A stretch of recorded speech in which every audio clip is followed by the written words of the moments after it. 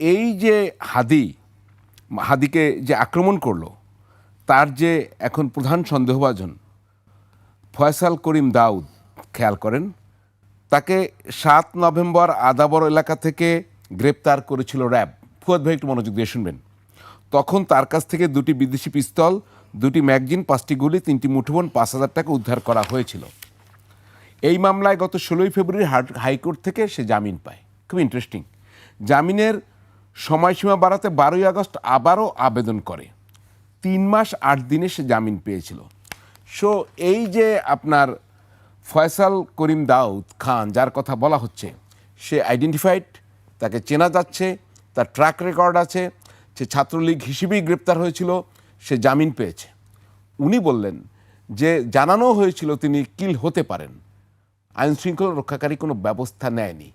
তাহলে বিষয়টা কি দাঁড়ালো? এইখানেই তো সমস্যাটা, যে আইন শৃঙ্খলা, এই যে নির্বাচন এত বড় একটা আইন শৃঙ্খলা বাহিনীর একটা চুরি ডাকাতি ছিনতাই যারা ঠেকাতে পারে না, তারা নির্বাচনের শৃঙ্খলার দায়িত্বটা নেবে কি? আর আওয়ামী লীগের দোসর না, ডাইরেক্ট আওয়ামী লীগ করা প্রশাসনের লোকজন তো ভরা।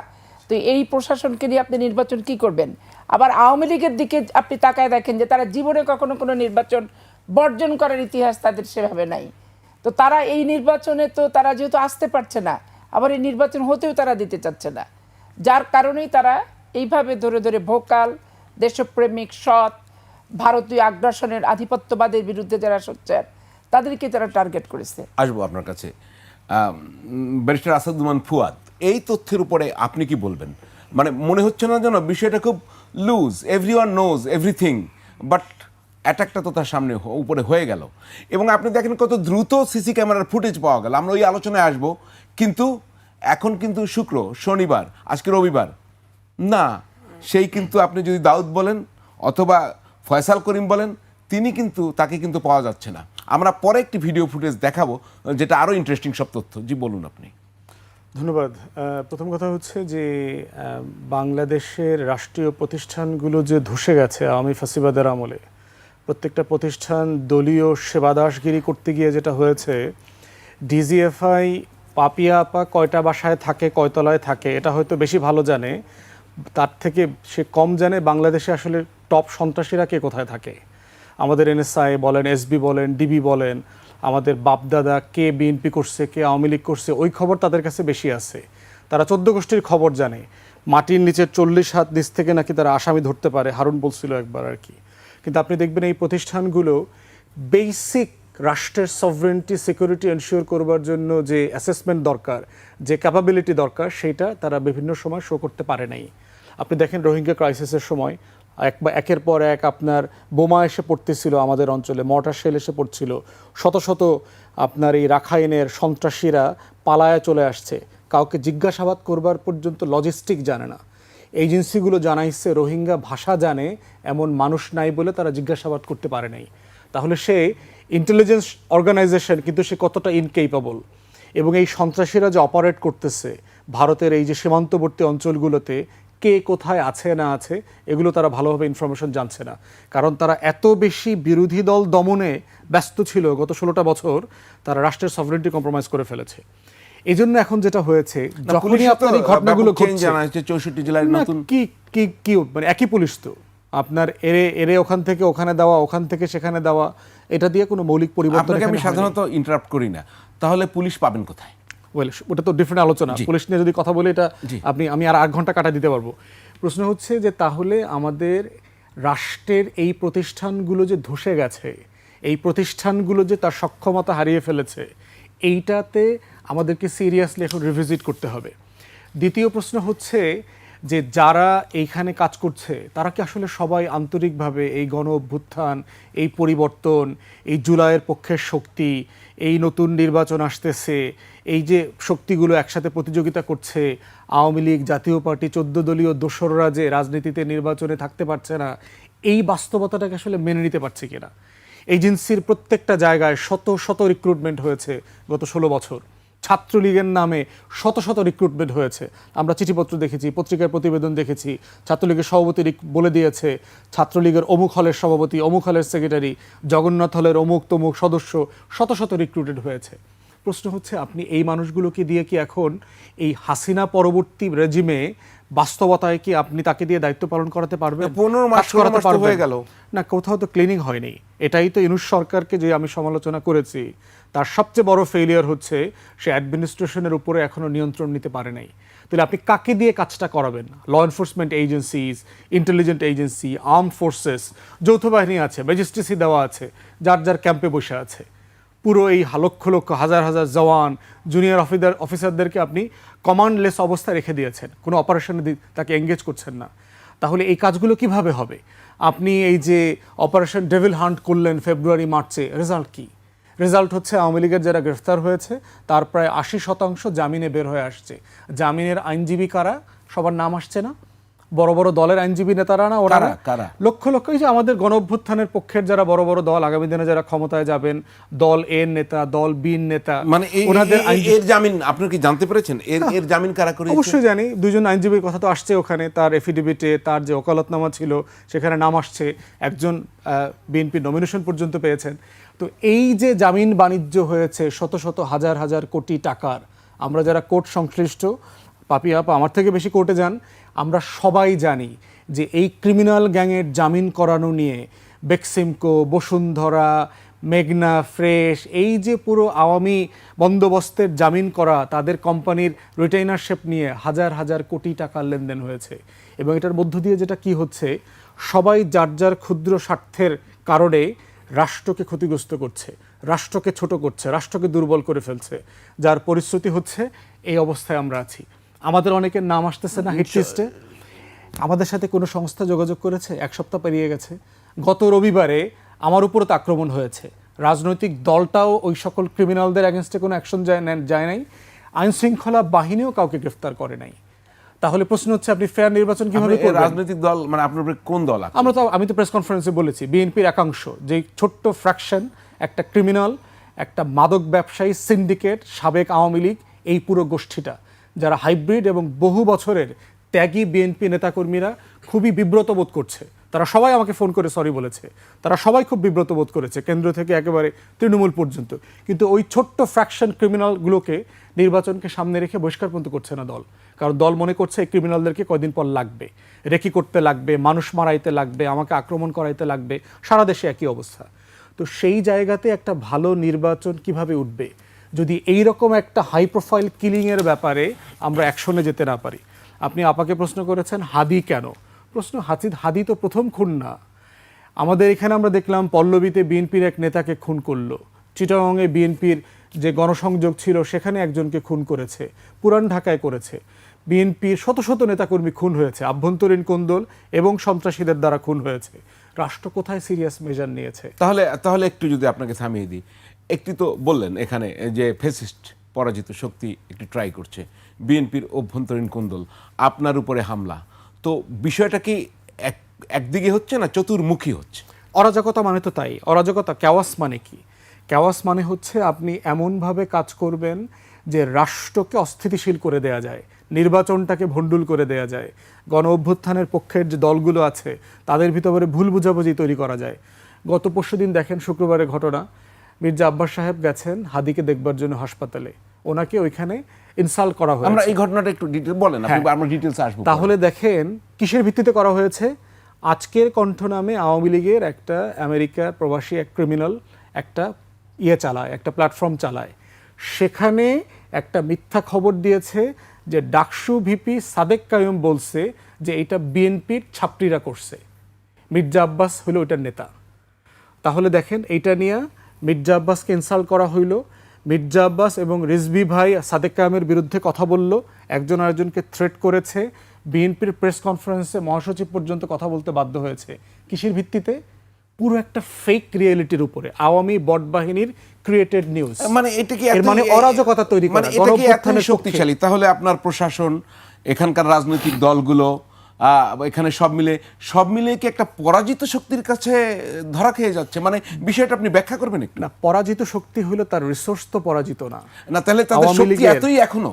না, সার্টেনলি একটা শক্তি তো সাডেনলি ভ্যানিশ হয়ে যায় না। আপনি যখন কোরবানির দিন একটা গরু জবাই করেন, জবাই শেষ হয়ে যাওয়ার পরে দেখবেন যে রক্ত বাইর হইতে থাকে, গরু কিন্তু হাত পাও লড়ায়।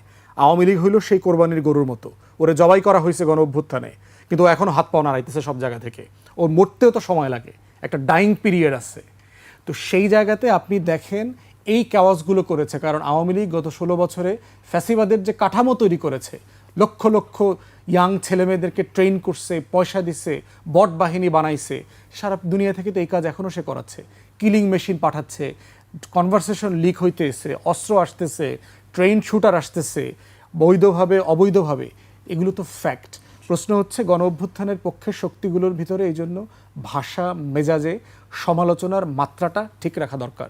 নিউজ বলার আগে, রেফার করবার আগে ডাবল চেক করা দরকার। আশরাফি বাপি আপা, তাহলে যেটা শুনলাম ব্যারিস্টার ফুয়াদের কাছে যে হাইব্রিড বিএনপি অলরেডি তৈরি হয়ে গেছে, তাহলে কি ফরম্যাট চেঞ্জ হয়ে গেল? আমরা গুপ্ত শিবির থেকে কি গুপ্ত আওয়ামী লীগ যারা বিএনপি বা অন্যান্য দল আশ্রয় নিচ্ছে, মানে একই ফরম্যাটে কি আওয়ামী লীগ গুপ্ত হয়ে আপনাদের ভিতরে ঢুকে যাচ্ছে? আওয়ামী লীগের গুপ্ত অগুপ্ত ব্যাপার না। ফুয়াদ যে কথাটা বলছে তাদের কি পোস্ট, বিএনপির কোন সংগঠন, কোন অঙ্গ সংগঠনের সাথে জড়িত, এটা আরো ক্লিয়ারলি বললে বুঝতে পারতাম যে তাদের শোকজ এবং বহিষ্কারের মতো পোস্ট পজিশন পদবি আছে কিনা। না এই হচ্ছে এই পরিবর্তনে আওয়ামী লীগ মুক্ত বাংলাদেশ, হাসিনা মুক্ত বাংলাদেশে এসে হঠাৎ করে এসে বিএনপি বাংলাদেশ জিন্দাবাদের স্লোগান দিয়ে আমাদের লাইনটা লম্বা হওয়ার একটা অংশ হয়ে দাঁড়ায় গেল, সেইটা কিনা এটা হচ্ছে বিবেচনার বিষয়। আর ইন্টারনালি সেই বলতে পারবে। আর ফুয়াদ যেটা বললো যে বিএনপি যারা, তারা প্রত্যেকে এই ঘটনার জন্য নিন্দা জ্ঞাপন করছে, সরি বলছে।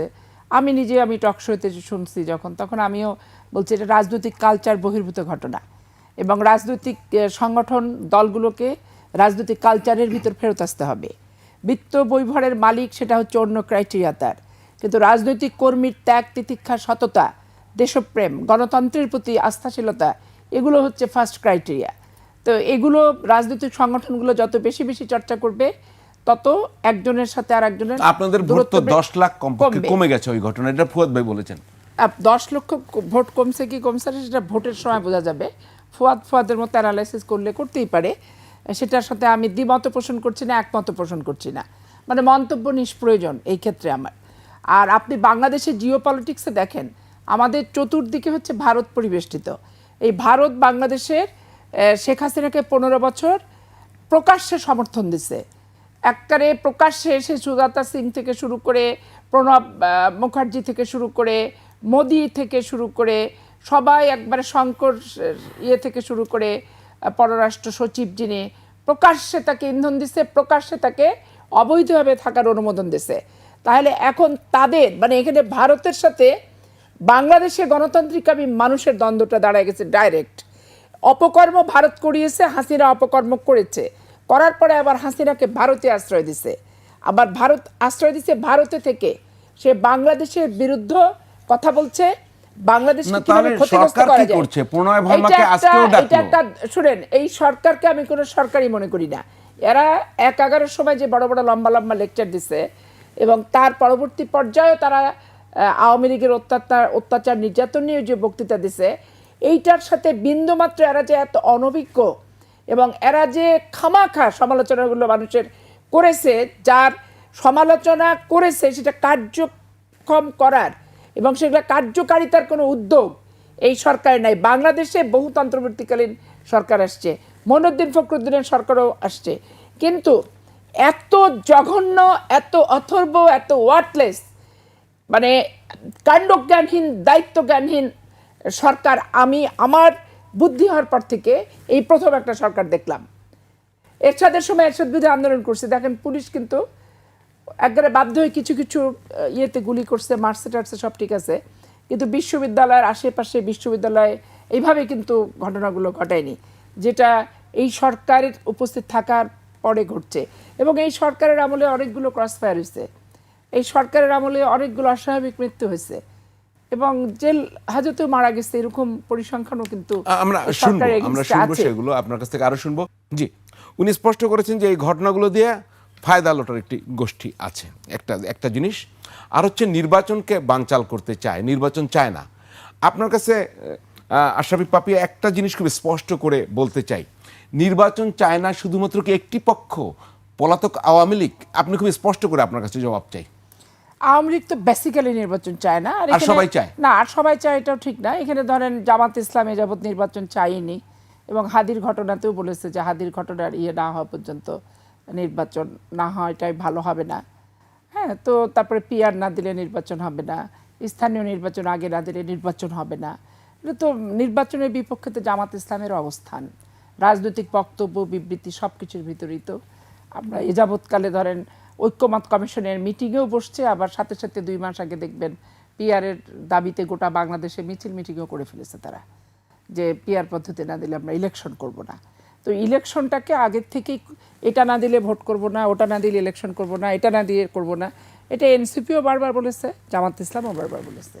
একমাত্র আমরা নির্বাচনে কেন সরকার গঠনের 3 দিনের ভিতরে দাবি করলাম, এটা আমাদের কাছে চরম একটা অপরাধ এই 2টা সংগঠনের কাছে, এবং এইটা নিয়ে তারা প্রত্যেকটা মিটিংয়ে সমালোচনা পর্যন্ত করে, প্রেস কনফারেন্স থেকে শুরু করে সব কিছুতে, যে আমরা কেন নির্বাচন চাচ্ছি, কেন নির্বাচন করছি। তো এইটা নিয়ে তো আপনি সবাই তাহলে জানেন, প্রশ্ন সাংবাদিক প্রশ্ন হিসেবে তাহলে আপনারা। কি এটা কি বহুমাত্রিক না একমাত্রিক? আমি একমাত্রিক হিসেবেই দেখি। দেখেন, হাদির এই ঘটনার সাথে তদন্তাধীন বিষয় যেহেতু, আমি আওয়ামী লীগের যে কথোপকথন ফেসবুক থেকে শুরু করে ইন্টারনেট জোর সব জায়গাতে যেটা আসছে, তো সেটা আওয়ামী লীগ এবং ভারতের কোনো গোয়েন্দা সংস্থার সাথেই কথাবার্তা, এবং তাদের টার্গেট মিশনটা অনেক লম্বা।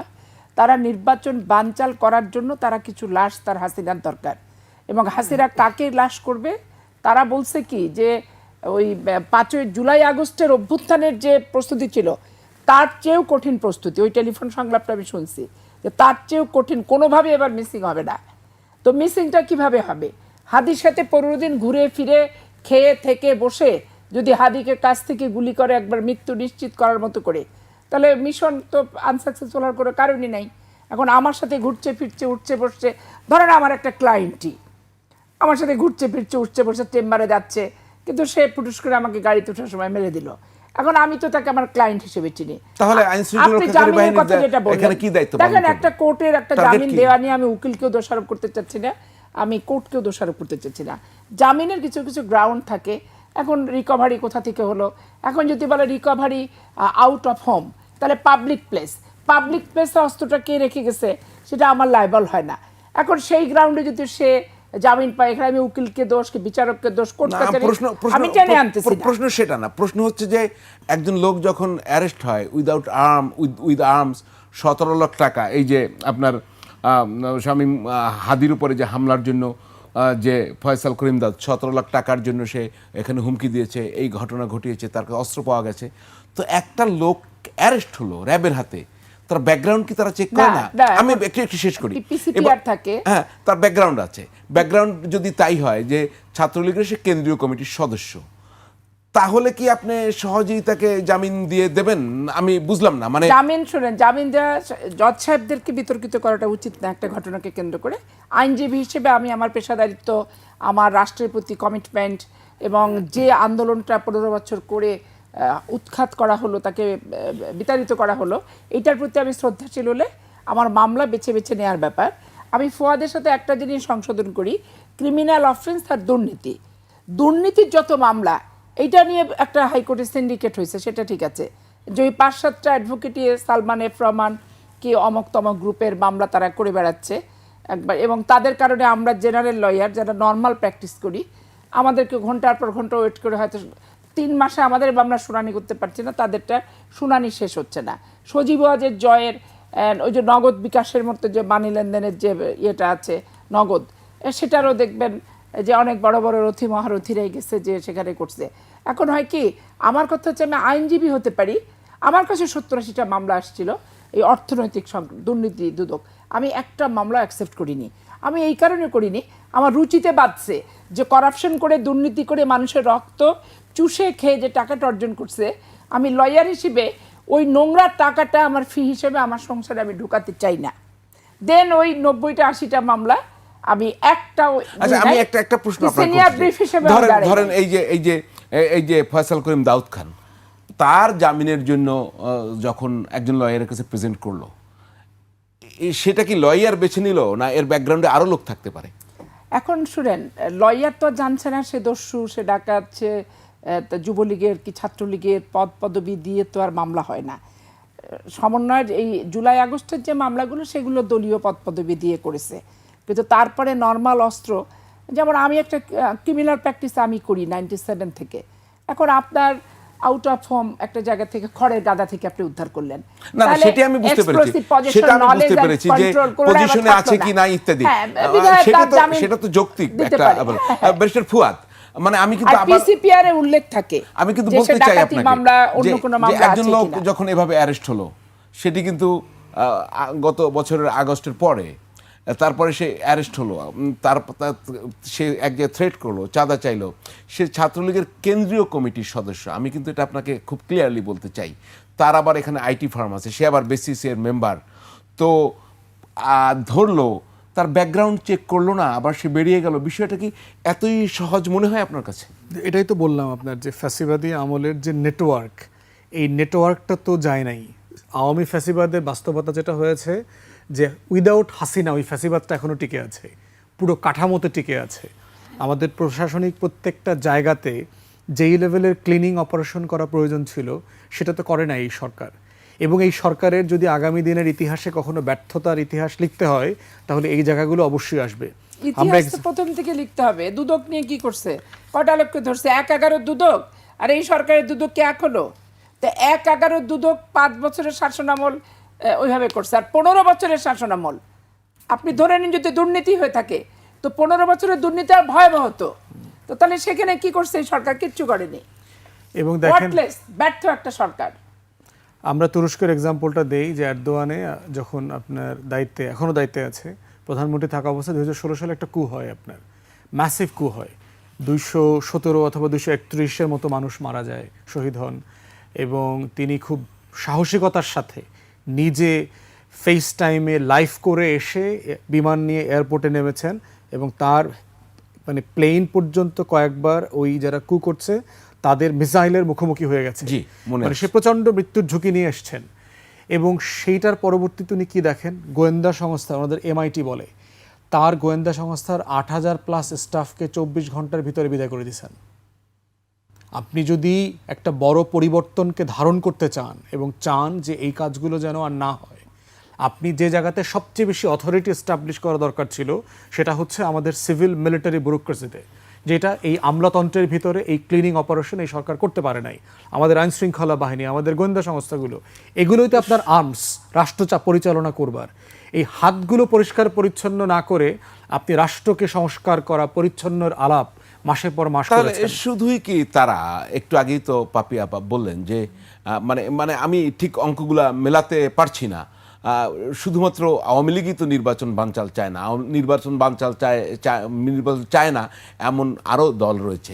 তো দল না, মানে এলিমেন্ট আছে, উপকরণ আছে প্রশাসনের ভিতরে। আওয়ামী ফ্যাসিবাদের যে উপকরণ আছে, এই উপকরণগুলো তো প্রশাসনের বিভিন্ন জায়গায় এখনো আছে, এবং তারাই তো নির্বাচন করবে। তাহলে দল নির্বাচন চায় না এমন অবস্থান নাই, যেটা আমি মনে করি না। আমার জায়গা থেকে আমি মনে করি না যে কেউ নির্বাচন চায় না অথবা নির্বাচন বানচাল করতে চায়, এইটা আমি এখন মনে করি না। ক্লিয়ার।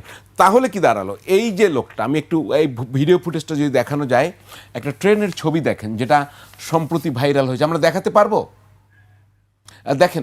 দেখেন আমি এটা নিয়ে কাজ হচ্ছে, আমি একটু জানাই।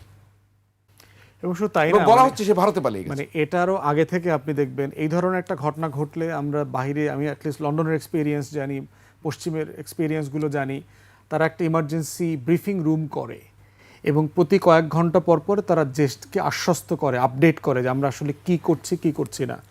আমি এখন পর্যন্ত ডিএমপির পক্ষ থেকে কোনো অফিসিয়াল ব্রিফিং দেখি নাই যে তারা রেগুলার জাতিকে আপডেট করছে। এবং পত্রিকায় তথ্যগুলো যদি আপনি এক পত্রিকার সাথে আর এক পত্রিকার সাথে মিলান, দেখবেন আপডেটগুলো মিলছে না। সে যেটা বলছে আর সে যেটা বলছে, এক পত্রিকায় বলছে হাদিকে সিঙ্গাপুর নিচ্ছে, আরেক জায়গায় দেখলাম তাকে থাইল্যান্ডে নেবার সিদ্ধান্ত হয়েছে। দুটাই আধা ঘন্টার আগের সংবাদ। তাহলে প্রশ্ন হচ্ছে, এই যে ব্রিফিং আপডেটের দেখেন, আইডেন্টিফাই করবার ক্ষেত্রে আমাদের গোয়েন্দা সংস্থাগুলোর থেকেও দেখবেন ফেসবুক কেন্দ্রিক বিভিন্ন জায়গা, বিভিন্ন আইডি কিন্তু আরও প্রম্পট কাজ করেছে, যে সে কে, তার দলীয় পরিচয় কি, তার মোটরসাইকেলের নাম্বার, এইটা সেটা, ভিডিও ফুটেজ কালেক্ট করা। তাহলে আমাদের এজেন্সিগুলো মনে হচ্ছে পরিকল্পিতভাবে কাজ স্লো করে দিয়েছে, মানে মনে হচ্ছে তারা এই কাজটা করতে দিচ্ছে যেন দেশে একটা অরাজকতা তৈরি হয়, এজেন্সির ভিতরে একটা এলিমেন্ট আছে। তারা চাচ্ছে কোনো রকম এখানে একটা অরাজকতা তৈরি হয়, যারা যেহেতু আওয়ামী লীগ ছাড়া নির্বাচন হবে এই দুঃখ কষ্ট তারা মেনে নিতে পারছে না, এবং এইটাই স্যাডলি আমাদের উপদেষ্টাদের মাথায় ঢুকতেছে না যে আপনি কি রাষ্ট্র এইভাবে চলতে ঢুকতেছে না পারবে না। বলছেন এজেন্সির এই অ্যাক্টিভিটি সম্পর্কে পরিষদ জানে না, উপদেষ্টা পরিষদ জানে না? ওয়েল, জানলে তো অ্যাকশনে যাওয়ার কথা। প্রশ্ন হচ্ছে আমার খিদে লাগছে আমি খাচ্ছি না মানে তো আমার প্রবলেম আছে। আপনার কথা থেকে জানছে না, আরো আগে বলছেন না। এজেন্সিতে এদের আউট অফ কন্ট্রোল, এরা কিভাবে কন্ট্রোল করতে হয় সেন্স। আপনি কেন out of control বলছেন না? আপনি control বলছেন না কেন? জানতে হবে তো, কন্ট্রোল করা তো জানতে না হবে। না, আপনি আনকন্ট্রোল বলছেন কেন? মানে আপনি তো একটু আগেই বলছেন প্রশাসনের ভিতরে, তাহলে উপদেষ্টা পরিষদের ভিতরে কি আছে আমি সেটা জানতে চাই। কোনো যোগ্যতাই নাই, বললামই তো, অথর্ব ওয়ার্ড। এটা